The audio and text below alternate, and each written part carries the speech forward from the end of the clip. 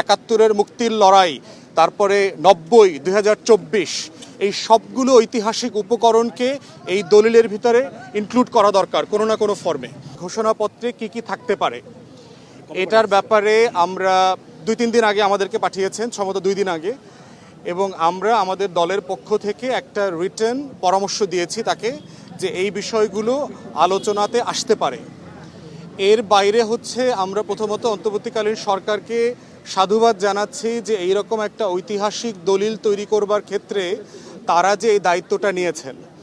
আজকের আলোচনার সারমর্ম হচ্ছে এবি পার্টির পক্ষ থেকে আমরা বলেছি যে শব্দে শব্দে সব কিছু আমাদের সব দলের একমত হওয়াটা কঠিন এবং প্রয়োজনও নাই। আমাদের যেটা একমত হওয়া দরকার এটা হচ্ছে প্রক্রিয়াটা একমত হওয়া দরকার, যে কোন প্রসেস ফলো করে এই ঘোষণাপত্রটা অথবা এই গণ অভ্যুত্থানের ফরমান লিখিত হবে এবং সকল দল এটাকে সম্মতির ভিত্তিতে অ্যাকসেপ্ট করবে, অ্যাডপ্ট করে নেবে আমাদের স্বাধীনতার ঘোষণাপত্রের মতো। সেক্ষেত্রে বিভিন্ন রাজনৈতিক দলের পক্ষ থেকে পরামর্শ এসছে যে সংবিধান সংস্কার কমিশনকে দায়িত্বটা দেয়া যায় কিনা, অথবা এই রকম অন্য কোনো কমিটি অথবা কমিশনকে দায়িত্ব দেয়া যায় কিনা যারা সকল রাজনৈতিক দলের সাথে পরামর্শ করে তাদের ফিডব্যাক নিয়ে মূল্যায়ন নিয়ে একটা ঘোষণাপত্র, একটা ফরমান সরকারের পক্ষ থেকে ফরমালি জানাবেন জাতির উদ্দেশ্যে যে জুলাই আগস্টে এই ফ্যাসিবাদ বিরোধী আন্দোলনের আকাঙ্ক্ষাটা কী ছিল। এবং উপদেষ্টা মণ্ডলীর অনেকের সাথে আমাদের কথা বলে মনে হয়েছে তারা এই রাজনৈতিক দলগুলোর যে পরামর্শ এটাকে খুব যৌক্তিক মনে করেন। আমাদের পক্ষ থেকে আমরা আরেকটা কথা বলেছি, সেটা হচ্ছে এইটা সাইজে ছোট হওয়া দরকার, এটার কাঠামোটা আমাদের সবার একমত হওয়া দরকার, কারণ বড় ডকুমেন্টে দ্বিমতের সুযোগ বেশি আসবে।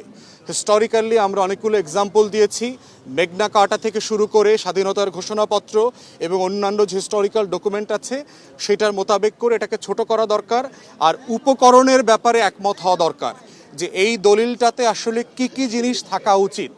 শব্দে, বাক্যে, ভাষায়, প্যারাগ্রাফের পার্থক্যর ঊর্ধ্বে উঠে রাজনৈতিক দল আকারে আমরা বোধ করছি আমাদের দায় হচ্ছে উপকরণের ব্যাপারে একমত হওয়া। এবং এবি পার্টির পক্ষ থেকে আমাদের কয়েকটা উপকরণ যেটা এই দলিলে থাকা উচিত বলে আমরা মনে করি সেগুলো বলেছি। প্রথমত বলেছি যে এই দলিলটাতে আমাদের এই জনপদের, এই বাংলার মানুষের শত শত বছরের যে লড়াইয়ের ইতিহাস আছে, গল্প আছে, আমার জীবনের যে অসংখ্য ত্যাগ কোরবানি আছে শত শত বছরের, এই গল্পগুলোকে এখানে অ্যাকনলেজ করা দরকার। সেটা আপনি 1757 পলাশী থেকে শুরু করেন, অথবা ব্রিটিশ বিরোধী আজাদির আন্দোলন থেকে শুরু করেন, ঢাকা বিশ্ববিদ্যালয় প্রতিষ্ঠা, পাকিস্তান রাষ্ট্র বানানো, 71-এর মুক্তির লড়াই, তারপরে 90, 2024, এই সবগুলো ঐতিহাসিক উপকরণকে এই দলিলের ভিতরে ইনক্লুড করা দরকার কোনো না কোনো ফর্মে।